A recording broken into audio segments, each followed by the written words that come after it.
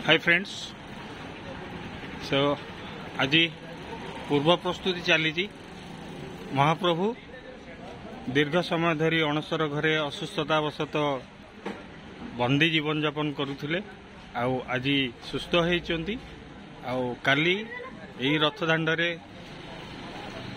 उभा हेबे जगतवासी को दर्शन देवे। देखंतु आज तार पूर्ण प्रस्तुति चली आमे टिके जीवा रथ पाखक हाँ सबू रथ पथ सब प्रस्तुत हो जाए। देखंतु बड़ दाण्डे रथर प्रस्तुति ऑलरेडी हो सारी किछि समय बाकी अच्छी प्रभु आसी रथ आरूढ़ हेबे विराजमान हेबे आउ दर्शन देवे आमर भक्त माने भी अधीर आउ प्रभु जगन्नाथ प्रभु बलभद्र माता सुभद्रा प्रभु सुदर्शन को दर्शन करना तेणुक आज आमे से प्रस्तुति को देखिबा। काली प्रभुंकर घोष यात्रा किछि भक्त व्याकुल अच्छी तांको आमे टिके पचारि देबा से केते व्याकुल केते अधीर महाप्रभु को दर्शन करने कहीं दीर्घ 15 दिन धरी महाप्रभु को दर्शन करना जेहेतु प्रभु सुस्थ होती काली विश्ववासी को दर्शन देवे आमे जीवा किछि भक्त भाई अच्छा पचारि देबा।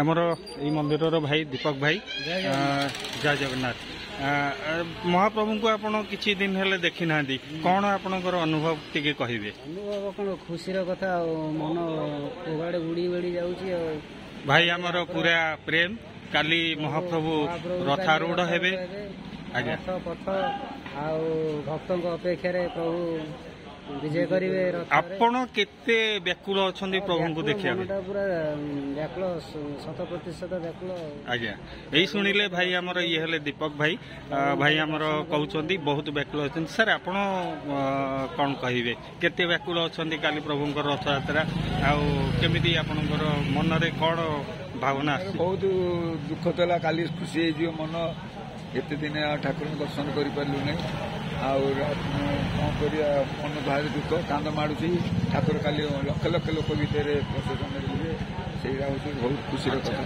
सो पुणी पलैबा से रथ पाखु देखंतु रथर प्रस्तुति बहुत आडंबर सहकार होती प्रभुंकर घोष यात्रा विश्व दरबार को महाप्रभु पदार्पण करेंगे रथारूढ़ हेबे भक्त मान को दर्शन देवे। सो यही है सम्यक प्रस्तुति तो मु जय जगन्नाथ समस्त को अभिवादन दौची जनाऊँगी जे रथयात्रा समस्त उपभोग करंतु रथयात्रा आनंदमय हो सुखमय हो। सो एतिकी मोर वक्तव्य तो रोचे पुणी काली आपण सहित देखा काली आमे भेटिबा एई रथर प्रभुंक सामने बड़ दाण्डे। जय जगन्नाथ जय जगन्नाथ जय जगन्नाथ।